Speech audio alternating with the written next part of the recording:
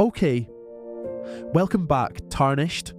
6 stories tonight, all of them about siblings, brothers, sisters, twins, people you grew up sharing a room with, people who, for one weird reason or another, do something that breaks the family. Some are funny, some are heavy. The last one is the quiet one. It's about a brother and what people said about him after he died. That one stayed with me for a while after I finished reading it. Put it on, do your thing, drift off. Story 1, r/AITA. This one is, I don't know what else to call it except absurd. Poster is a woman, 29. She's getting married. It's been a 2-year engagement. Wedding is at a vineyard in Oregon. They have spent, and the bride keeps saying this number, they have spent $47,000 on this wedding. $47,000. She mentions it 3 separate times in the post like she still can't believe it. The bride has one sibling, a younger sister. We'll call her Jenna. Jenna is 27. Jenna has been, in the bride's words, quote, weirdly competitive about the wedding from the moment we got engaged. Examples. Jenna asked during the engagement party whether the bride had considered, quote, scaling things back. Jenna suggested, very casually, that the bride wear their grandmother's wedding dress, which Jenna also wanted to wear someday. Jenna asked if Jenna could be the maid of honor even though the bride had already asked her best friend. Jenna told the bride, quote, you know November weddings are usually smaller, right? The bride says she let all of this go because, quote, Jenna's always been like this. Jenna started dating a guy we'll call Patrick about 10 months before the wedding. Patrick is, quote, fine. Patrick works in finance. Patrick has, in the words of the bride's mother, quote, a real future ahead of him. The bride and the groom met Patrick maybe 4 times before the wedding. Okay, the wedding day. It's a Saturday in November. The ceremony goes off fine. It's beautiful. The bride says she cried, walking down the aisle. The groom cried. Her dad cried. It was perfect. Reception. Cocktail hour. Dinner. Toasts. Cake. Dancing. About 2 hours into the reception, they're maybe 40 minutes from the final dance. The bride is on the dance floor with her father. People are clapping. And Patrick, the boyfriend of less than a year, Patrick walks onto the dance floor with his phone out, recording. Patrick taps the DJ. DJ fades the music. Patrick takes the microphone. Patrick says, quote, hey everyone, I hope you're all having an incredible time. I know this is Jess and Tom's night, but I couldn't let it pass without doing something really special.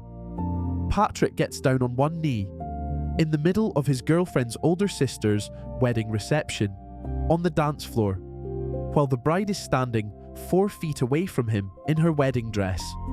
Patrick says, quote, Jenna, you are the love of my life. I can't imagine spending another day without you knowing how I feel. Patrick proposes, on camera, in front of 212 wedding guests.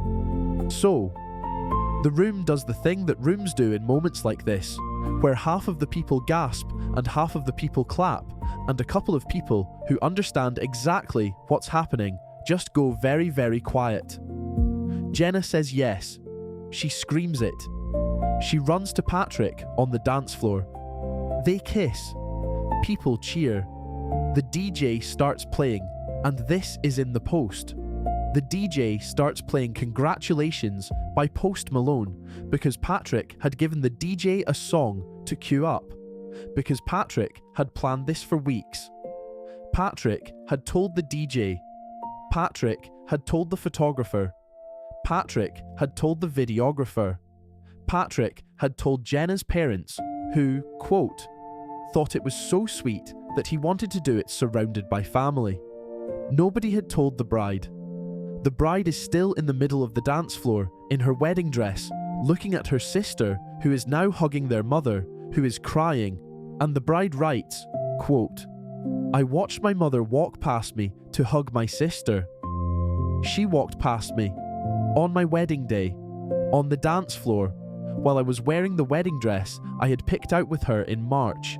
She walked past me." The bride says she didn't say anything. She just walked off the dance floor. She went to the bridal suite. She locked the door. She sat down on the floor in her dress.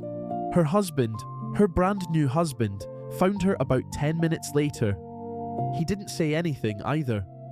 He just sat down on the floor next to her. They stayed there until the reception ended. The bride says she could hear her wedding happening downstairs without her. She could hear people laughing. She could hear the music. She could hear, at one point, her sister giving a toast. Her sister gave a toast at the bride's wedding about her own engagement. The bride and groom left through the back of the vineyard. They didn't say goodbye to anyone. They got in their car. They drove to the airport. They got on the plane for their honeymoon. The bride says she cried for the entire flight to Portugal. Epilogue, written 3 months later. The bride has not spoken to Jenna. She has not spoken to her mother. She has not spoken to Patrick. Her father called her exactly once, 2 weeks after the wedding, to say, quote, "Sweetheart, please don't make this a whole thing." And the bride hung up on her father. Jenna and Patrick are getting married in June. They have invited the bride. The wedding is at the same vineyard. The bride and her husband are not going. Top comment, 11,000 upvotes.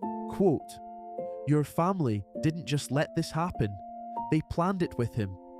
That's the part you need to sit with. Your mother walked past you to hug your sister. She chose. Your wedding wasn't stolen. It was given away." Something I think about reading this is the part where the bride says the DJ played a song the boyfriend had pre-queued. That song was sitting on the DJ's laptop the whole night. The whole ceremony. Dinner. The first dance. The cake. That song was waiting. For a moment that everybody at the table, except the bride, knew was coming. Story 2. R/relationship advice. This one is the kind of betrayal that you can put a number on, which is somehow worse. Poster is a man, 34. We'll call him Daniel. Daniel has an older brother. We'll call him Kevin. Kevin is 37. Kevin and Daniel have, in Daniel's words, quote, "a normal brother relationship." They're not best friends. They're not estranged. They see each other at Thanksgiving and Christmas. They text occasionally. Nothing dramatic. Daniel and his wife are buying a house. They've been saving for about 4 years. They've got their 20% down. They're approved for the mortgage in principle. They've found the house. They're 3 weeks from closing. Then the mortgage broker calls. The mortgage broker says, in the careful voice that mortgage brokers use when they are about to ruin your week, quote, "Daniel, we have a problem with your credit profile. We need to talk." Daniel pulls his credit report. For the first time in years, and what Daniel finds is this: there are 11 credit cards open in his name. Credit cards he did not open. Credit cards he had never seen before in his life. The oldest one was opened 26 months ago. The newest one was opened 6 weeks ago. The total debt on those 11 cards is, and Daniel writes this very flat, $87,000. Daniel says he sat in his car in the mortgage broker's parking lot for about an hour. He didn't call his wife. He didn't call the police. He just sat there. What he did eventually was open his banking app and look at the addresses listed on each of those 11 cards. 7 of them were addresses he didn't recognize. 4 of them were one specific address: an apartment in Jersey City. His brother's apartment. Daniel says he drove there. He didn't tell his wife where he was going. He just drove. He showed up at Kevin's apartment at 9:30 on a Tuesday night. Kevin opened the door. Kevin saw Daniel's face. Kevin started crying before Daniel said a single word. Kevin said, quote, "I was going to fix it. I swear to God I was going to fix it."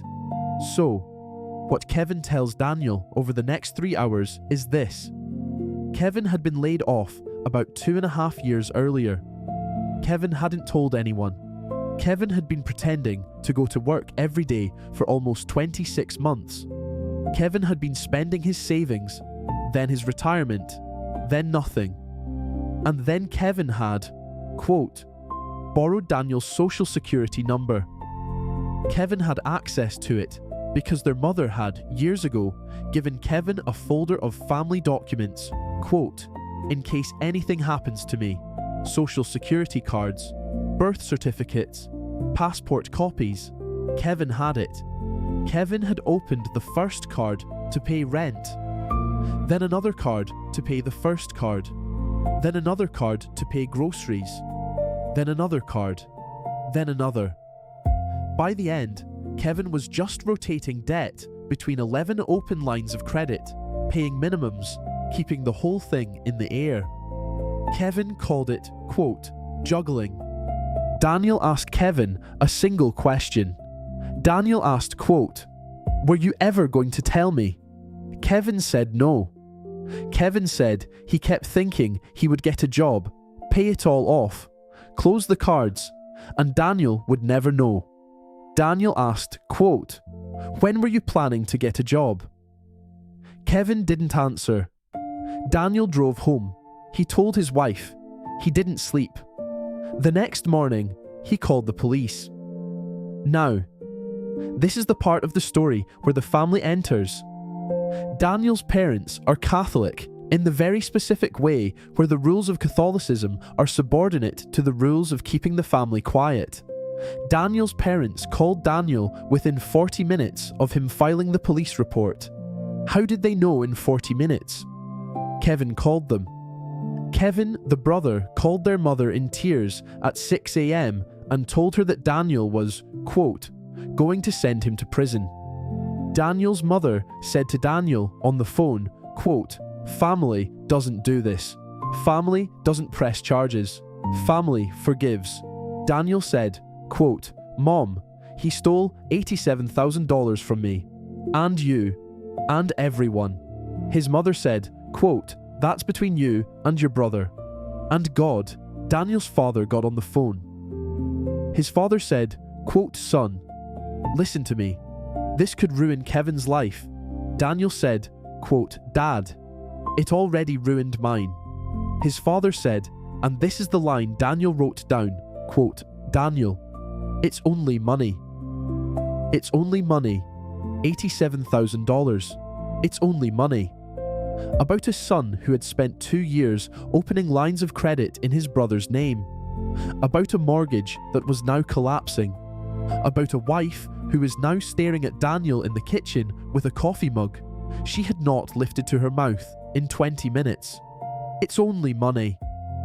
Daniel pressed charges. Kevin was arrested. Kevin pleaded out. Kevin got 18 months in low-security federal prison and 7 years of supervised release. Kevin will be on probation until he is 46 years old. The family, and this is in the update, 4 months later, the family has split. Daniel's mother does not speak to Daniel. Daniel's father texts him once a month, quote, just to say, "Hi." Daniel and his wife went to family law mediation. They did not get the house. They lost their earnest money. They are renting now. Daniel is rebuilding his credit, which will take, his mortgage broker estimates, 4 to 6 years. The comment that hit me reading this, 5,000 upvotes, quote, "Your parents told you that family doesn't press charges. Your brother is the one who decided family doesn't matter. All you did was respond to what he already decided." Something about that story, the part I keep thinking about, is the moment in Kevin's apartment. When Daniel asked, "When were you planning to get a job?" and Kevin didn't answer, because I think Kevin had been pretending to go to work every morning for 2.5 years, and somewhere in there, Kevin stopped really believing the job was coming. And the lie became the life. And at no point, at literally no point, did Kevin think, "I should tell my brother. I should let my family help me." Kevin's plan for 26 months was just keep juggling forever and never tell anyone. Story 3, r/JUSTNOFAMILY. And this one is heavy. Content warning for paternity stuff, family rupture, a little bit of mental health territory. It is not a violent story, but it is the kind that sits in your chest. If you're not in the mood for it, skip forward about 7 minutes. Poster is a woman, 31. She has a daughter who is 2.5. The daughter is, and I'm just quoting her here, quote, "the best thing that ever happened to me and the most wanted child in the history of children." The poster has one sibling, a younger sister, who we'll call Hannah. Hannah is 28. Hannah has been trying to get pregnant for about 4 years. Hannah has been through 2 rounds of IVF. Neither one worked. Hannah and her husband, quote, "are in a hard place." The poster says very explicitly in her post that she has tried to be careful around Hannah. She didn't post her pregnancy announcement on Facebook. She told Hannah privately, in person, before anyone else. She asked Hannah whether it would be okay for her to have a baby shower. She invited Hannah to the baby shower, but said she would completely understand if Hannah didn't come. Hannah came. Hannah cried, but Hannah came. So, the poster's daughter is born. The daughter is, in the poster's words, quote, "my whole entire personality now. Things with Hannah are strained but okay for about the first 1.5 years. Hannah comes to the first birthday party. Hannah holds the baby. Hannah cries a little, again, but Hannah comes. Now we're about 6 months ago. The poster starts to notice things. Her mother, on the phone, says, quote, "Oh, Hannah's been telling me how much fun she had with the baby last weekend." The poster says, quote, "Mom, Hannah hasn't seen the baby in 3 weeks. Her cousin at a barbecue says, quote, "Your sister is so good with the baby. She sent me the cutest pictures." Her aunt at a different barbecue says, quote, "Has the baby been calling her Aunt Hannah or Aunt Hannah?" The poster starts paying attention. She looks at her sister's Facebook. She finds, and I want you to picture this, she finds a series of posts going back about 10 months where Hannah has been posting photos of the poster's daughter, but the photos are captioned with phrases like, quote, "my little love," and quote, "can't believe how big she's getting," and in one case, quote, "mommy's whole heart, mommy's whole heart." The poster scrolls through about 50 photos. The photos are real photos of the poster's daughter, but they are presented in a way where, if you didn't know the family, you would think the daughter was Hannah's child. The poster calls her sister. Her sister picks up. The poster says, quote, "Hannah, what are you doing on Facebook?" Hannah says, quote, "What do you mean?" The poster says, quote, "You've been posting my daughter like she's yours." Hannah says, and this is the line the poster wrote down, quote, "Well, you have so many. I don't have any. So many." The poster has one child. The poster says, quote, "Hannah, you have to take those down. All of them." Hannah says, quote, "No. Just no. No apology. No explanation. Just no." Okay, it gets worse.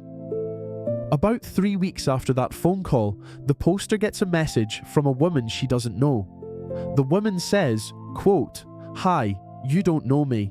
I'm a co-worker of your sister Hannah. I'm really sorry to do this, but I need to ask, is the little girl in Hannah's Facebook photos, is she actually Hannah's daughter? The poster says no. The poster asks why. The co-worker says, quote, Hannah told everyone at our office that she had a baby last year. She's been showing us pictures. She said the baby is in daycare and that's why she doesn't bring her in. She even brought in cupcakes for the baby's first birthday. Cupcakes for a first birthday for the poster's daughter, who Hannah's co-workers thought was Hannah's. Now, here's where it gets.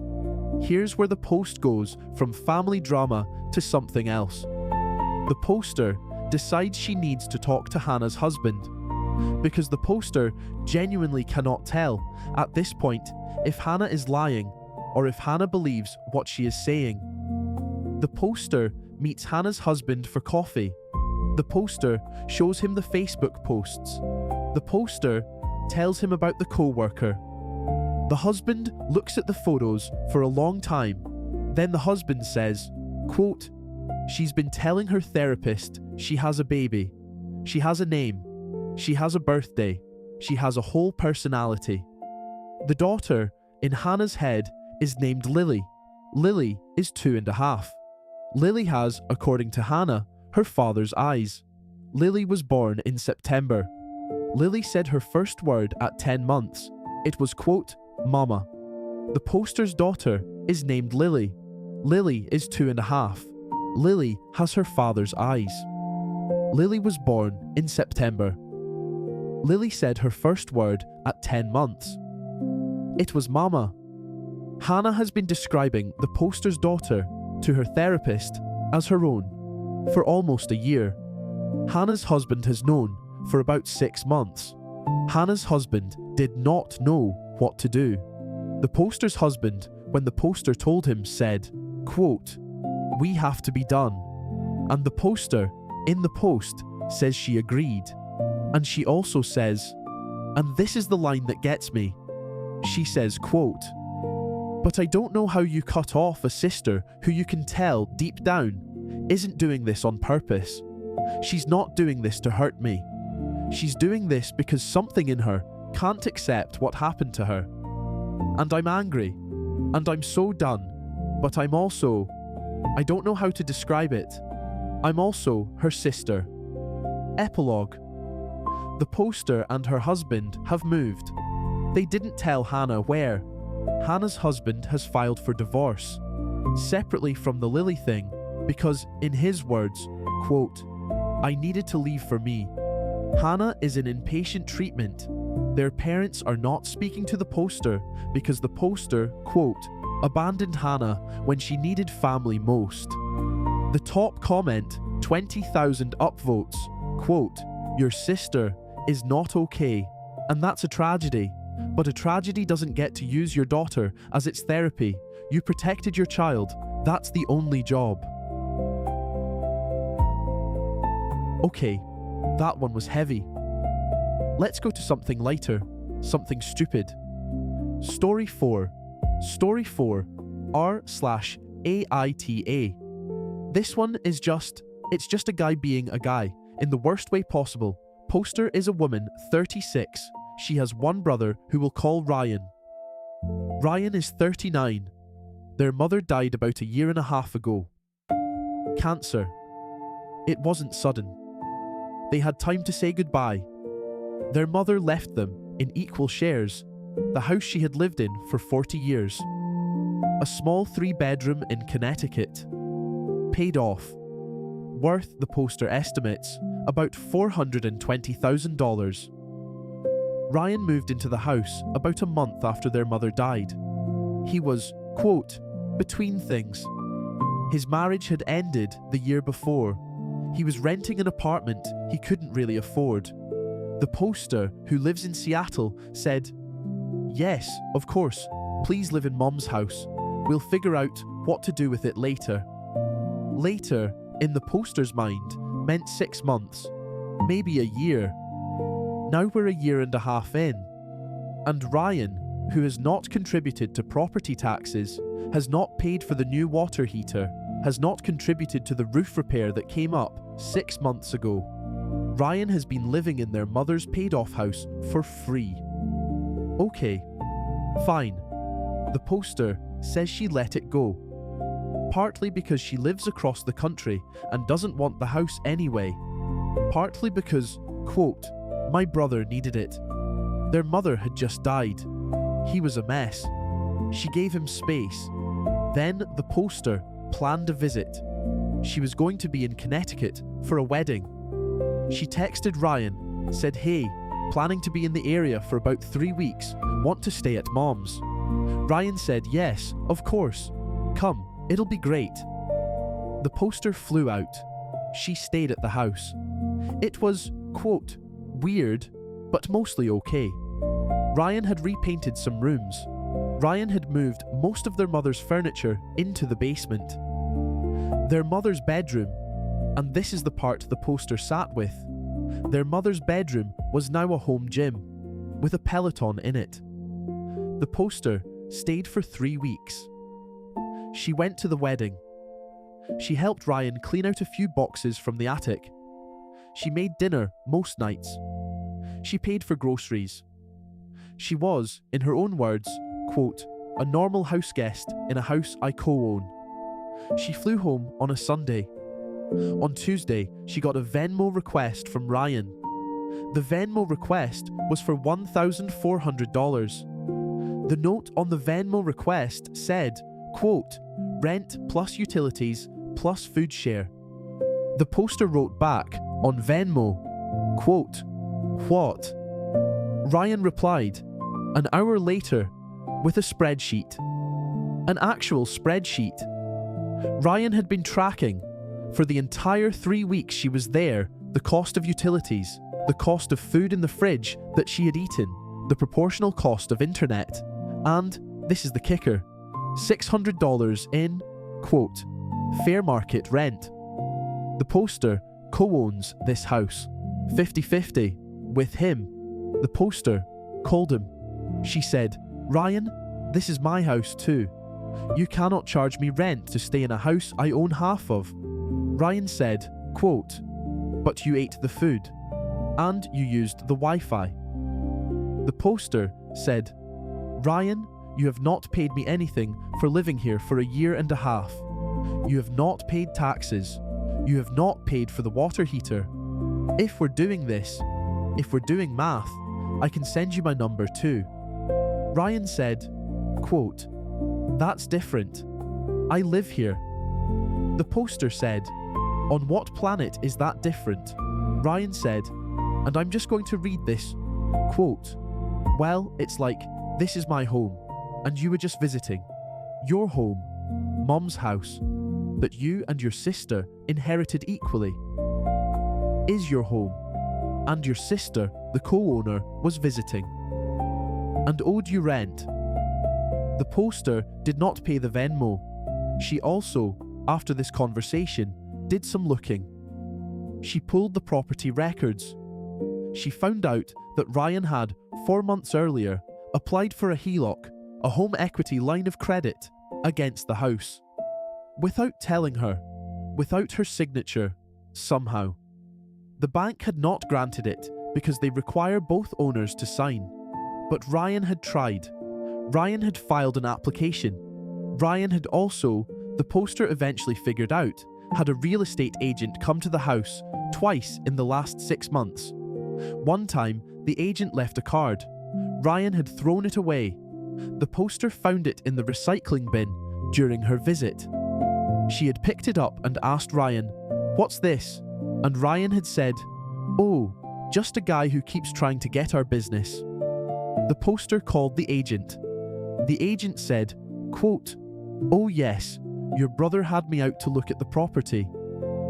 He said he was considering selling and asked for a comparative market analysis. He didn't mention you." The poster called a lawyer. The lawyer said, quote, "Your brother is trying to position himself as the primary resident of the house in order to either force you into a buyout at a disadvantageous price or to sell without your full participation. That's what this Venmo request is. It's not really about $1,400. It's about establishing a paper trail that says he lives there and you visit there. The poster forced the sale. It took 11 months. Ryan fought it. Ryan tried to argue that the years of, quote, sweat equity gave him a larger share. The court said no. The house sold. Each of them got $204,000 after fees. Ryan moved to a one-bedroom in Stamford. They have not spoken since the closing. The top comment, 8,000 upvotes.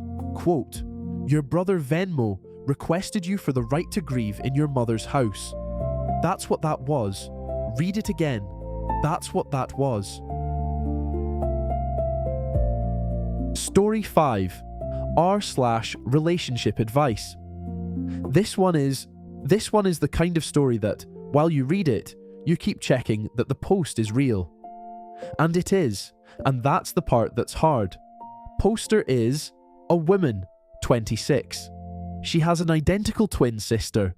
They look exactly alike. They have always looked exactly alike. Their mother used to dress them in different colours so people could tell them apart, even at age 26. Even now, the family code is the poster wears blue. The twin wears red. The poster's name is Lauren. The twin's name is Lily. Lauren and Lily. They live in different cities. They talk maybe once a month. Lauren has been engaged for about 8 months. Her fiancé proposed in June. Wedding is planned for October. About 3 weeks ago, Lauren got a Facebook message from a woman she had not heard from in 7 years. An old college roommate. The roommate said, quote, Lauren, this is so weird, but I have to ask. Are you and your fiancé doing okay?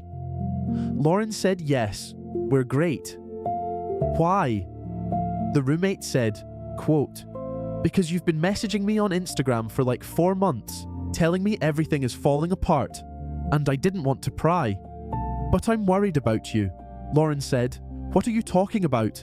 I haven't messaged you in 7 years. The roommate sent a screenshot.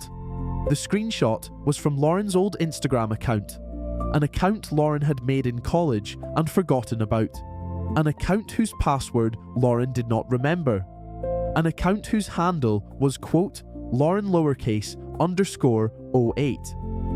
Someone had been logged into that account for about 4 months, and someone had been messaging Lauren's old contacts, dozens of them, high school friends, college roommates, ex-boyfriends, ex-co-workers, anyone Lauren had ever followed before deleting the app in 2019.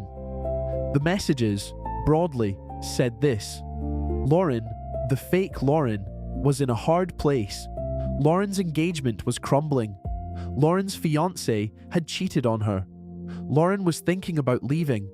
Lauren was depressed. Lauren needed someone to talk to. Several of the people fake Lauren had messaged were old boyfriends. One of them, and I wish I were making this up, one of them had flown out to San Diego 2 months earlier because, quote, Lauren said she needed me. One of them had sent $1,000 via Venmo because, quote, Lauren said she couldn't make rent. One of them had been talking to fake Lauren on FaceTime 3 nights a week for 2 months. Fake Lauren had a filter on her face the whole time. Fake Lauren had said it was because she'd been crying. Fake Lauren had said the lighting was bad. Fake Lauren was Lily, Lauren's twin. Lily had logged into Lauren's old Instagram. Lily had been pretending to be Lauren. Lily had been collecting money. Lily had been collecting attention. Lily had been, in one specific case, restarting a relationship with one of Lauren's actual ex-boyfriends. Lauren confronted Lily on FaceTime.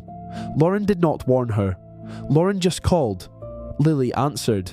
Lauren said, quote, Lily, I know about the Instagram account.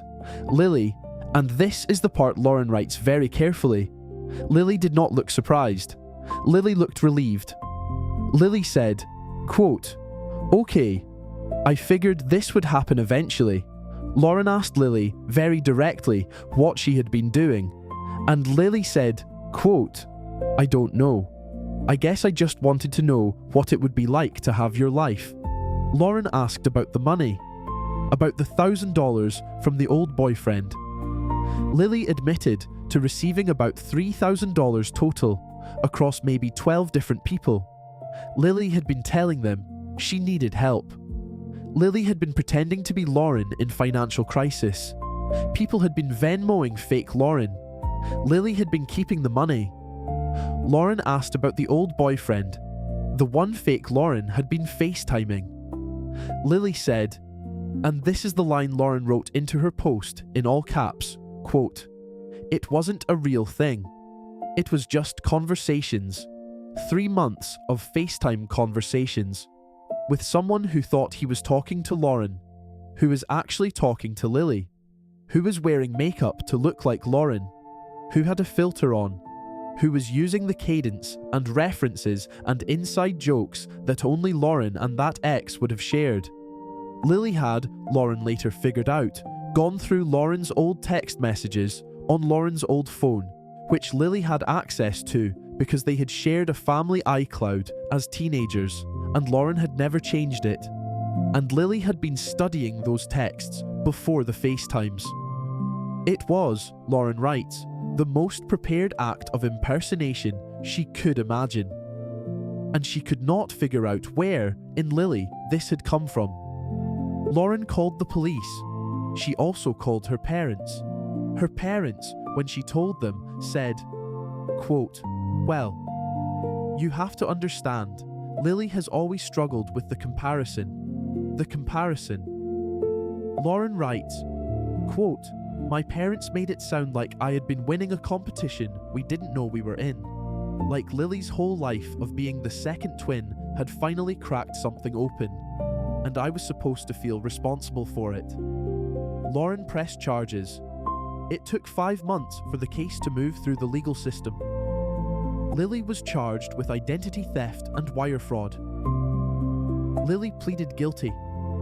Lily got probation and a court-ordered psychiatric evaluation. Lily is now in long-term therapy. Lily is also no contact with Lauren, by Lauren's choice and by Lily's lawyer's strong suggestion. Lauren went to her fiancé. Lauren told him everything. Lauren expected, and she's honest about this in the post, Lauren expected him to be a little distant, to be a little worried about marrying into this family. Instead, her fiancé said, quote, "I'm so sorry. I'm so sorry you had to find out like that. Let me make you dinner." Lauren says, and this is the line I want to read carefully, quote, "I've spent 26 years thinking my sister and I were two halves of one thing. And I realized in one phone call that we were never that. We were two strangers who happened to look the same. And that's almost sadder than if she had hated me my whole life." Top comment, 14,000 upvotes. Quote, "Your sister didn't want your life. She wanted you to not have it. Those are different things." And the second one is what's been happening for a long time. Okay, story 6. This is the long one. This is the one I thought about for a while after I finished reading it. Content note. This is a story about a death. It is not a sad story in the way you might expect, but it is a story about a funeral, and a brother, and what people say at funerals. If you've made it this far, you know how these end. You can let this one play. You don't have to watch. Poster is a woman, 38. Her older brother died about 4 months before the post was written. The brother was 41. He died of a stroke, at home, on a Wednesday morning, alone. He was found by his cleaner. He had been dead for about a day. The brother, we'll call him Paul. Paul was, in the poster's words, quote, "the most unremarkable person I loved." Paul had not been married. Paul had no children that the poster knew of. Paul worked for an insurance company in a job nobody could ever quite explain. Paul lived in a one-bedroom apartment in Chicago. Paul came home for Christmas every year and left on the 27th. The poster says she loved her brother, but she did not, quote, know what to do with him. They texted occasionally. They talked maybe 4 times a year on the phone. Their conversations were about nothing. The weather, their parents, a TV show. Paul, in the poster's experience, was, quote, a man who had never asked for anything, ever. The funeral was set for the following Thursday. The family planned for a small service. The parents booked a chapel that seated 40 people. They figured 25 family, 10 friends from work, maybe a few neighbours, 50 at the outside. The day of the funeral. The poster arrives at the chapel at 9:30. She's wearing black. She's holding her mother's hand. They walk in. The parking lot is full. The overflow parking lot is full. There are people parked along the side of the road. And inside the chapel, as the poster walks in, there are, and this is the line that does it, there are 147 people. 147. For Paul, who had never asked for anything ever. The chapel had to bring out folding chairs, and after the folding chairs, they had to let people stand at the back. The funeral director, who had been doing this for 20 years, came up to the poster's father and said, quote, Sir, I'm sorry, but who was this man? Who was this man? The service started. The priest gave the homily. The priest had not known Paul personally, and so the homily was generic. It was about brothers. It was fine. Then the priest opened the floor. Quote, if anyone has a memory of Paul they would like to share, the poster says she expected maybe 3 people. Her brother's college roommate, maybe a co-worker, maybe a neighbour. 23 people stood up. The first person who stood up was a woman in her 60s. The poster had never seen this woman before. The woman said, quote, my name is Marion. I live 3 doors down from Paul. My husband died 8 years ago. Every Wednesday night, since the night of the funeral, Paul has brought me dinner. He never said it was a regular thing. He just showed up. He never wanted to come in. He just handed me the food and left. 8 years of Wednesdays. And I don't even know how he knew when Wednesday was hard for me. But he did. The next person was a young man, maybe 25. He said, quote, my name is Omar. Paul paid for my college. Paul didn't know me. Paul knew my mother, who cleaned his apartment. When my mother got sick, Paul started covering her rent. When I graduated high school, Paul wrote my mother a check for $40,000 and said, this is for Omar's college. Don't tell him until he's done. He doesn't need to know me. He just needs to finish school.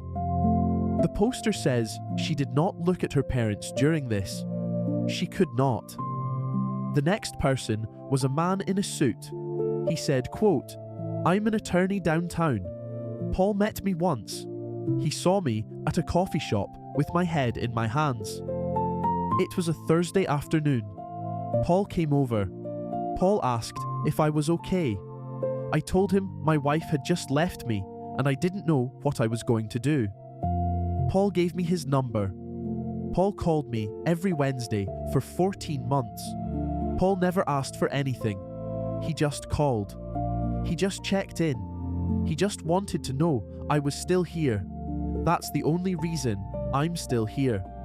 Next was a woman in her 40s. She said, quote, I run a domestic violence shelter on the west side. Paul has been donating to us for 19 years. He started when he was 22 and just out of college. He never came to a single event. He never wanted recognition. Last year he donated $46,000. We have no idea how he did that on his salary. We have no idea why. We just know that 2 of our beds every night were Paul's beds.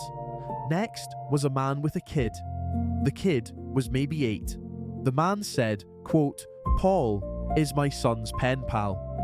Has been for 3 years. They write actual letters. Paul never met him in person. Paul started writing him after my son told a coffee shop barista, Paul was at the next table, that he didn't have a grandpa. Paul wrote my son a letter that day. They've been writing back and forth ever since. My son brought one of Paul's letters today. He wants to read it." The kid stood up. The kid read a letter from Paul. The letter was about how Paul had wanted to be a marine biologist when he was 8. The letter was about how Paul had not become a marine biologist. The letter was about how it was okay to not become the thing you thought you would become. The letter ended, quote, "Write me back when you have time. Take your time. I'm not going anywhere. I'm not going anywhere." The kid finished reading the letter. The chapel was silent. The poster's mother was crying. The poster's father was... And this is the line the poster wrote, very carefully.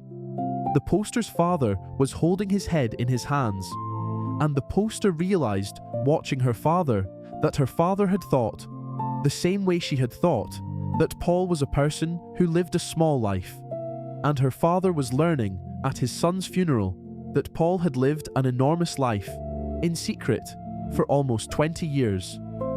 23 people stood up. The poster wrote down what each of them said. She has the list. She keeps it. After the service, the poster found a woman waiting in the parking lot. The woman was about 40. The woman said, quote, "Are you Paul's sister?" The poster said yes. The woman said, quote, "Can I talk to you for a minute?" The woman's name was Claire. Claire had known Paul for 12 years. Claire was not Paul's girlfriend. Claire had never been Paul's girlfriend. Claire had been Paul's friend. Paul, Claire said, had been the kind of friend most people don't get. Paul had called Claire on the night her father died.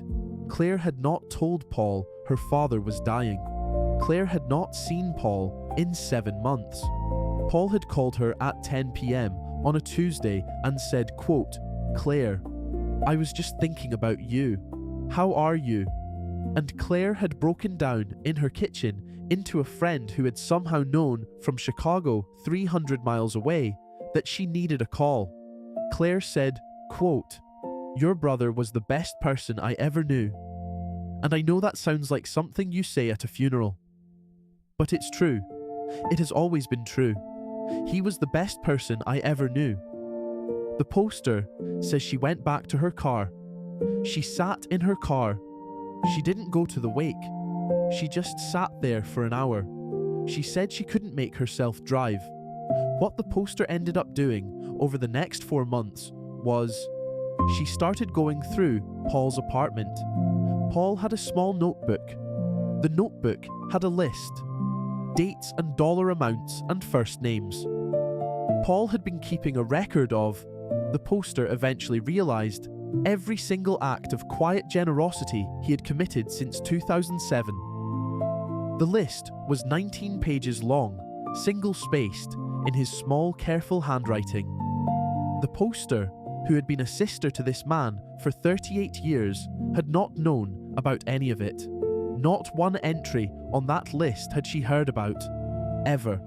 What the poster ended with, and this is the line I kept writing down in different places after I first read this.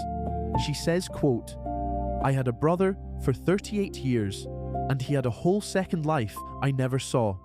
And it wasn't a sad one. It was the kindest life one person can have. And I didn't know. Nobody knew. That's how he wanted it. And I think, the more I sit with this, the more I think Paul was the happiest person I ever met. Because he had figured out the secret, which is that the kindest thing you can do for another person is the thing they will never find out you did. That's it. Okay, That's 6. Some funny, some heavy, one quiet one that, yeah. If you've been awake the whole time, thank you for staying. If you fell asleep 4 stories ago, I hope you sleep through morning. Drop your most unhinged sibling story in the comments. Best one becomes V8. I read every comment. If you're new here, tarnished. Sub, if you want more of these. It means a lot. It really does. Sleep well.